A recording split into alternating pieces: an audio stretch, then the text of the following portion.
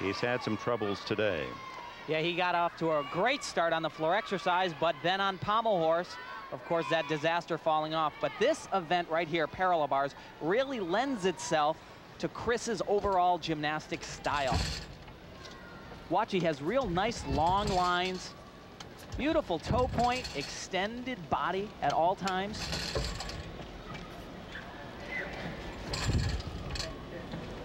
Everything is pushed to the max. He squeezes those handstands. Now watch this. That skill actually called a heely twirl, 2 in a row. Make it a D-rated skill for most difficult. Now he has to stick his dismount. It's a double pike. Oh! Landed a little bit off there, Dick.